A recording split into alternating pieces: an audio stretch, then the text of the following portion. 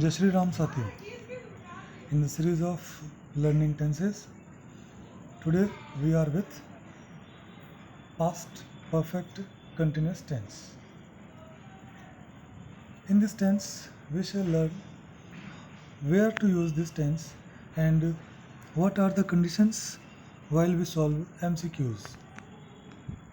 Uses first of all, but before that, I request all my viewers, my friends, those who are going to appear in the competition examinations or board examinations are requested to subscribe my channel, like the press icon be bell, and like and comment on my video.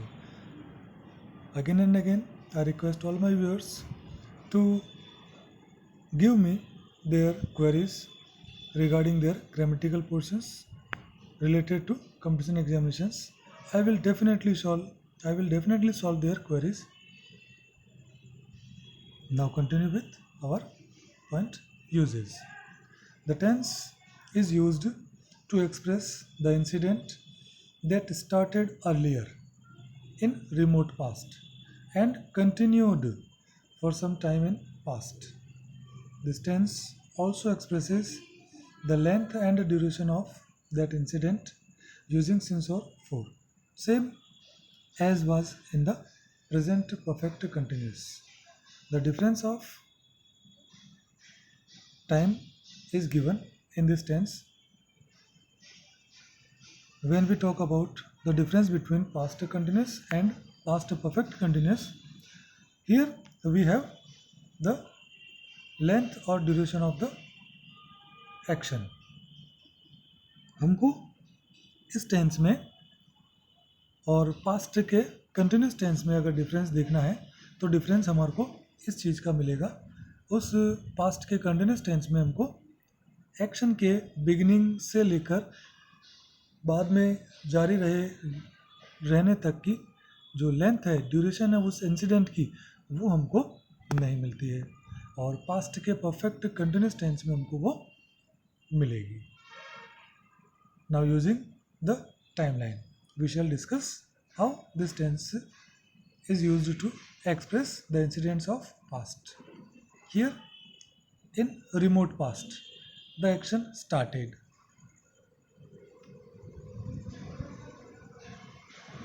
We are given the length using since or for. Got it? This is the length of the action. Started from here and continued in past. Present से हमारा यहाँ पर कोई भी लेना देना नहीं रहेगा.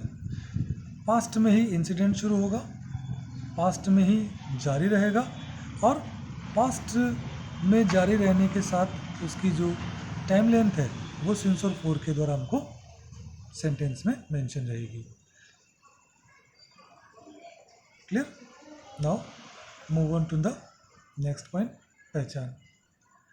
While translating the sentences, the identification is here, which is given at the end of the Hindi sentences. Hindi वाक्यों के अंत में रहा था, रही थी, रहे थे प्लस उसके साथ में कार्य के शुरू होने का समय भी दिया होता है, जो इसको पास्ट कंटिन्यूस टेंस से अलग करता है. सिंस और फोर का यूज़ करके अपने को सेंटेंस में वो ड्यूरेशन टाइम की दी हुई होगी.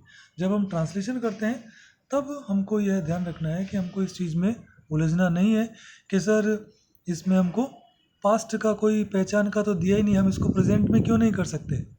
तो हमको वहाँ कंफ्यूज नहीं होना है. यहाँ पर हमारे पास ट्रांसलेशन में ये रही पहचान. इससे हमको मालूम पड़ता है कि सेंटेंस हमारा जो है वो पास्ट का परफेक्ट कंटिन्यूस टेंस बनेगा, और साथ में क्या दिया हुआ रहेगा, एक्शन के बिगिनिंग का टाइम भी दिया हुआ रहेगा. क्लियर?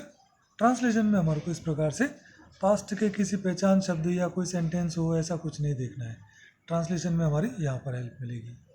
नेक्स्ट, अब अगर करेक्ट फॉर्म ऑफ वर्ब आती है तो हमको कैसे मालूम पड़ेगा कि हमको बाकी के 11 टेंस छोड़कर पास्ट के परफेक्ट टेंस को फिल करना है. तो यहाँ पर ये अपना पॉइंट ये क्लियर करते हैं इस नोट में. करेक्ट फॉर्म ऑफ वर्ब भरते समय सेंटेंस में पास्ट के इंसिडेंट की कंटिन्यूटी दर्शाने वाले वाक्य के अलावा अलग से पास्ट का कोई टाइम, ये रहा पॉइंट अपने पास, अलग से पास्ट का कोई टाइम मेंशन किया हुआ रहेगा, या एक और अलग पास्ट को रिलेट करने वाला कोई सेंटेंस उसके साथ में ऐड रहेगा जो इस चीज़ को क्लियर करेगा। यहाँ पर अपन एक पॉइंट वापस क्लियर करते हैं ऊपर चल के, ये रहा।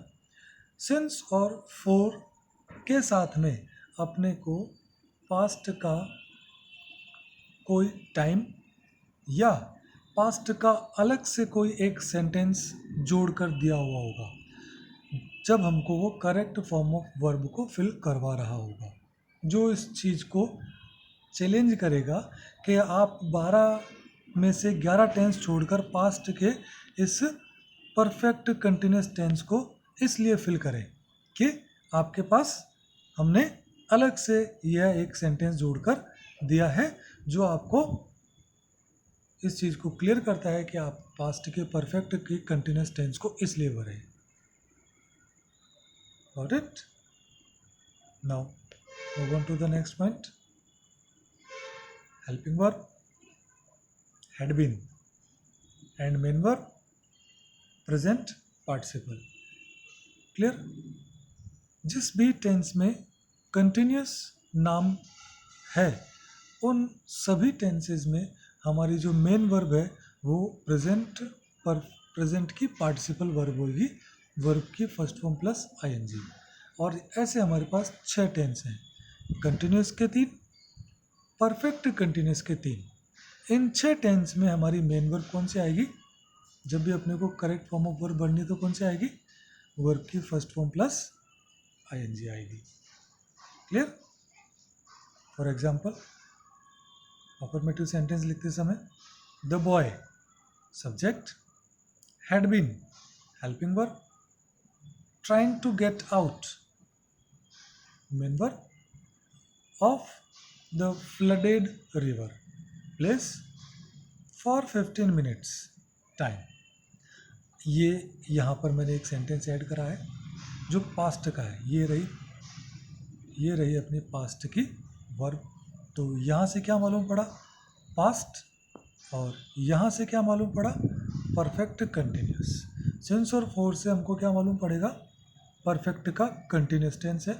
और इस सा सेकंड फॉर्म ऑफ वर्ब से हमको मालूम पड़ेगा कि हमारा पास्ट का टेंस है जो सिंस और फॉर के ऐड होने से पास्ट का परफेक्ट कंटिन्यूस टेंस भर रहा है। इसलिए हम यहाँ पर फिर क्या वर्ब लिखेंगे? हैड बीन ट्राइंग, ये हम वर्ब उसके अंदर फिल करेंगे। क्लियर? ये पॉइंट आपका got done. Now while writing the negative sentences we must remind here the use of not between had and been। had और been के बीच में हमको नोट लगाना है। The boy had not been trying to get out of the flooded river for some time। Clear? Next interrogative जो helping verb से शुरू हो। यहाँ पर मैं वापस रिमाइंड कराता हूँ, ऐसे सेंटेंसेस जो हम क्या से शुरू करते हैं उनका आंसर हमको यस और नो में मिलता है, पहली बात। दूसरा पॉइंट हमारा क्या बनेगा? उन सेंटेंसेस का ट्रांसलेशन हम जब करेंगे तो उस सेंटेंसेस का ट्रांसलेशन हम हेल्पिंग वर्ब से शुरू करेंगे। यहाँ पर भी ऐसा ही किया हमने। हैड द बॉय, नॉट अगर लगाना है तो वो वहीं पे रहेगा बॉय के बाद ही। Had the boy not been trying to get out of the flooded river for some time और question mark. Clear? Here I have used the question word what. अब अगर मैं व्हाट क्वेश्चन वर्ड यूज कर रहा हूँ तो मैं sentence में से किस चीज़ को रिमूव करूँगा? ये पूरी इस चीज़ को, trying to get out of the flooded river, ये पूरा का पूरा मैं रिमूव कर दूंगा।